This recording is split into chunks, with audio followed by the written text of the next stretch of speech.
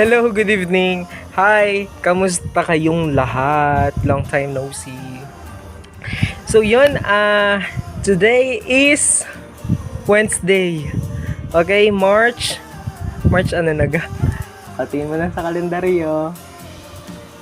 March 20, ang bilis, grabe. 8 days na lang, makukomplete na natin yung 28 videos natin. And March 28, it's our day! It's my day! It's my birthday! And, yun, birthday din namin ni Mama. Ano? Ang itim na ng kamay ko, oh, kakadrive, tanyo ka. So, yun, tonight pala, kasi gabi ko to video, nandito nga pala ako sa bahay. While waiting dun sa sinaing na maluto, video muna tayo. So, yun, anong isip kong topic ay i-describe yung mga kaibigan ko. So, shout out sa Tubol friends. I love you, Tubol. And sa Tropang Republika, hello. Kung nasan man kayo, mga tropa peeps, I miss you all and I love you all. So, yun, gutom na ako. Kainin muna natin tong tinapay. Wait. So, unahin natin sa Tropang Republika kasi sila yung first na circle of friends ko nung nag-aaral ako ng Hotel and Restaurant Services sa Cristo Rey Institute for Career Development. Okay. Una, Larry Mepisa. Karapat dapat ka bang ma-evict sa bahay ni Kuya? Joke. Naging confession room.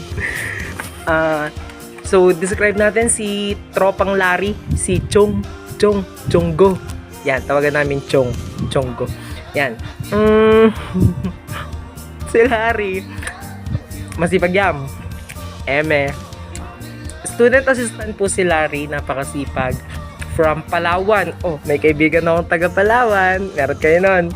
Si Larry, laging naka-polo shirt. Oo, iba't ibang kulay ng polo shirt. Blue, pink, ano pa, black meron ka? Hindi ko sure. Bagay naman, kasi matangkad si Chong. Tapos, ano pa? Basta, si Larry, magaling mag-gitara. Nagigitara si Larry. Madaming chicks. Hindi, joke lang. nung nag-aaral naman kami. Minsan corny yung jokes. Hindi, joke lang. Yun, ang anak niyan, syempre, ninong ako ng anak niya. Pumunta pa ako ng Laguna ha. Nung, tamaga, nung binyagan nga. Basta yung,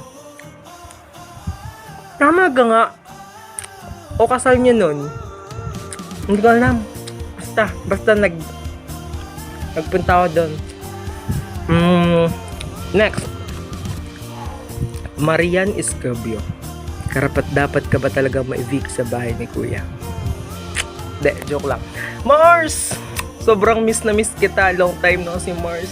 Ilang araw tayo hindi nagkakakita. De, joke lang.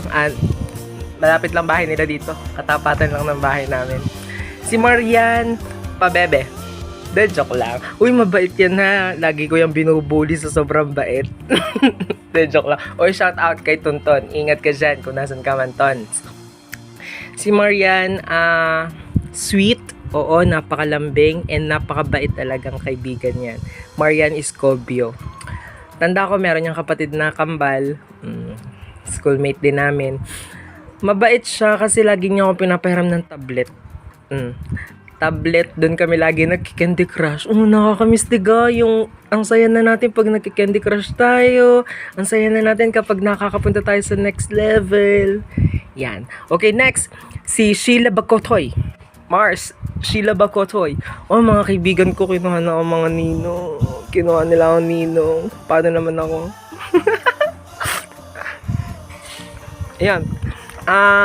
Si Sheila, napakagandang babae talaga nito. Kaya in love dyan si Allen eh. Yun. Sweet din. Yan. Mga kaibigan ko sila, napakababay talaga. Maalalahanin. Next.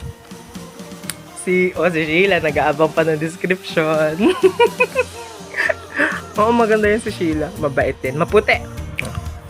Tapos, si Mean. Yan, si Mean. Pabebe din. Si Mian, oy, matalino yan, taga Sorosoro. Paramdam ka naman, minsan. Sino pa? Raven. Raven Africa. Totoo ba ang sinasabi nila na matalino ka talaga? Oo. Oy, grabe yan si Raven, napakatalino niyan. Si Raven, simple lang yan, pero student assistant din yan, pero malupit yan. Kapag yan, parang, uy, minsan, nakaka-surprise yung mga score niya sa exam. Yung parang, siya yung tipo ng lalaki na, uy, grabe, taas ng score. Yan, parang, paano ga i-describe yun? Hindi mo makikita sa kanya na ganun siya, simple kasi siya, pero may utak. Nung graduate ata kami, diga ako ay top 8 with distinction. Oh, na-mention, proud. Siya ay top 16 kung di ako nagkakamali. Okay, next, Ravi Garcia. Si Ravi Garcia, kilala ko yung naging crush mo. Yan. Sino pa ga? Parang angklo ata. Ulot ba yun? Joke lang. Uy, kamusta na ga? Kailan ka tayo huli nagkita? Basta yan, mabait yan. Jomar Tocayo Suarez, grabe. Si Jomar, SA din niya, napakasipag, napaka-simple. Para sa description ko sa inyo. Siya, dadami na natin yung family nyo. Kapag fiesta ng Tinggalabak, December 26, fiesta din sa kanila sa Rosario. Hanggang masaya gayong barangay masaya. Napakabait ng mga tito-tita. Pag kami na may miesta doon sa kanila sa Rosario, ay laging may pa-take out. May pa-take out na palay gayon. Hindi, basta meron silang palayan. No? Mayaman yung sinatukayong yan. Isa yan sa may-ari ng Ginacel. Ginacel ka? De, joke lang. Oh, nag-OJT ka nga kayo. Yan. Basta nag-OJT dyan si Tocayo. Then, until now, working pa rin siya doon. Parang mataas na posisyon yan. Congrats, Tocayo. I'm so proud of you. And balita ko may motor ka na. Deserve mo yan, Tocayo. And yun, mabait. Pag namimiyasa kami sa kanila, hindi uuwing walang take-out. So, yun yung na-miss ko. And, but nakapunta ka kami last year. Last year? Hindi, parang naisama ko dun si Sedi, si Pinsan Sedi, nung namiyasta kami, tayo nagkaroon pa dun ng session, inumang malala. Lagi kami ini-invite niya. And hopefully this year, makapunta tayo, yung reunion naman tayo dun sa piyesta sa mga yun. Next, sino pa? Sino pa kang kaibigan natin? Si Fe Ramos. Walang memories na hindi ko makakalimutan si Fe.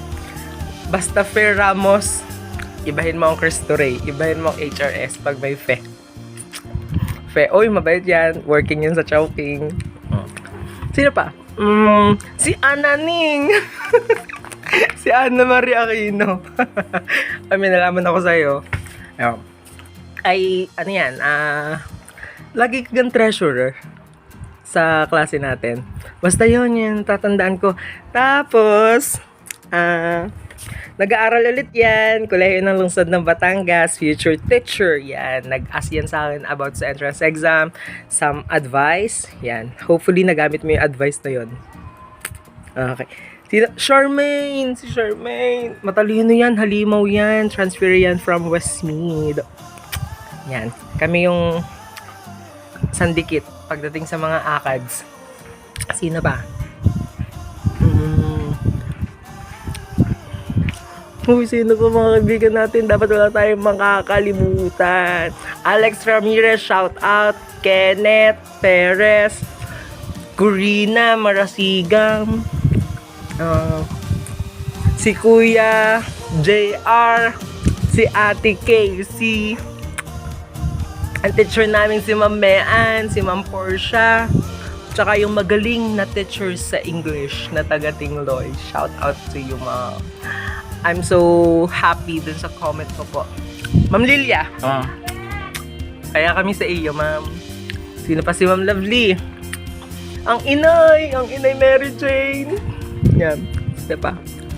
Doon talaga sa Cristo Rey, nahubog talaga yung personality namin doon. And napaka-solid talaga yung friendship. Alam nyo ga, after graduation, yun talaga yung isa sa pinakamagandang graduation na na-attendan ko.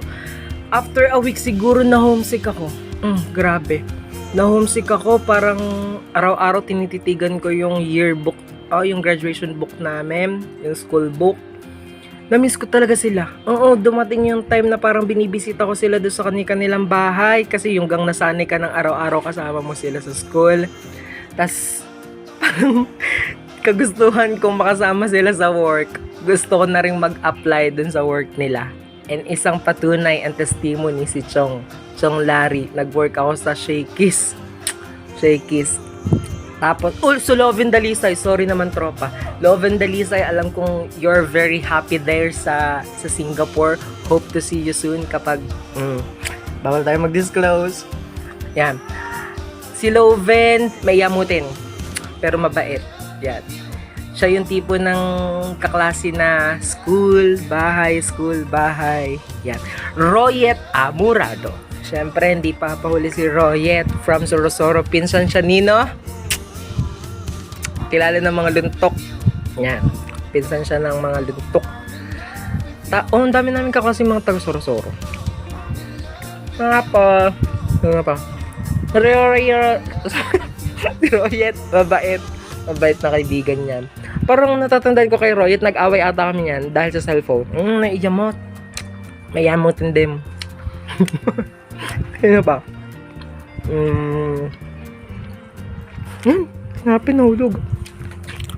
So yun guys, about sa mga friends, napakahaba na kung iisa-isahin pa.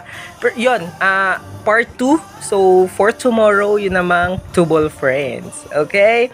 So yeah, thank you for watching and abangan nyo na makasama kayo sa videos. I love you guys. See you tomorrow.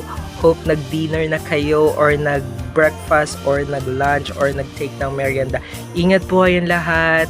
God bless you all. I love you. Mwah, mwah.